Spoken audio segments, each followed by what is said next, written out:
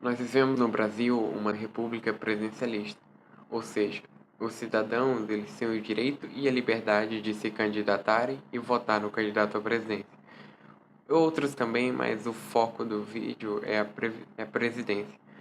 De acordo com a lei, o mandato do presidente não dura a vida toda e ele tem uma duração de 4 ou 8 anos, se ele for reeleito de acordo com a legislação atual. O problema é que para chegar a esse nível, todos ou quase todos têm que comprar o apoio dos amigos e inimigos. Caso eles não façam isso, na maioria das vezes ele não se elege ou ele não consegue governar. Nós podemos citar como exemplo o caso do Mensalão e o Petrolão, que são dois escândalos de corrupção da República Brasileira bastante atuais, e também algo comum é a disputa entre os candidatos de partidos diferentes, que quando assumem o cargo da presidência, acabam destruindo e não dando continuidade ao trabalho do presidente anterior, que era de outro partido. Uma briga sem sentido, mas por simples valores, tipo, meu partido é o melhor, então eu não vou apoiar o que o teu fez.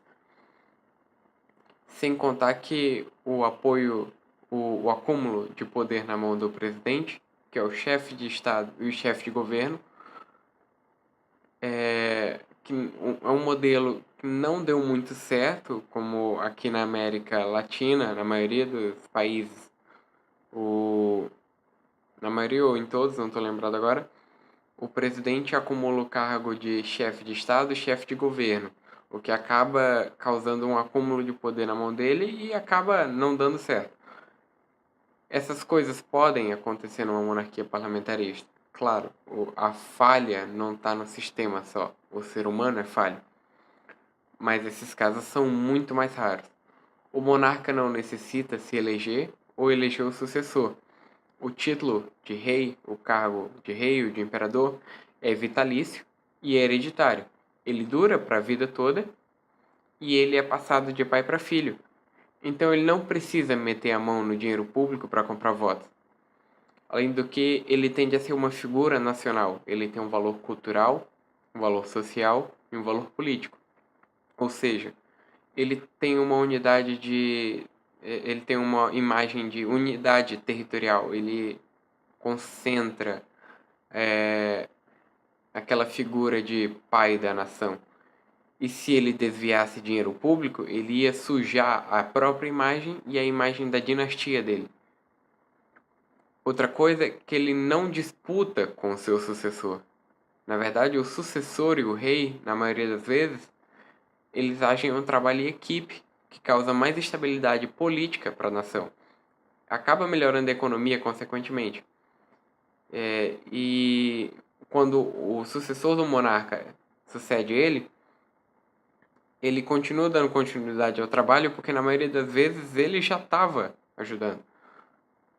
Sem contar que na monarquia, se tivermos um parlamento corrupto, como temos hoje, o rei pode simplesmente dissolver o Congresso e convocar novas eleições, como acontece nas monarquias atuais, ou até se o Congresso não tiver condição de se organizar, o Congresso pode ser dissolvido, como foi o caso que aconteceu na Espanha. Um dos fatores mais importantes da monarquia parlamentarista, na minha opinião, é a separação dos poderes de governo, dos poderes de Estado, onde o monarca é o chefe do Estado e ele vigia os outros poderes, garantindo o melhor funcionamento da máquina pública. Um ponto também que o monarca, quando ele passa a ter uma imagem ruim, ele costuma abdicar. Como, por exemplo, o que aconteceu na Espanha também. O monarca, ele começou a passar uma imagem ruim, a população começou a ter uma imagem ruim dele, e ele abdicou em favor do filho dele. Grato pela sua atenção e que Deus lhe abençoe.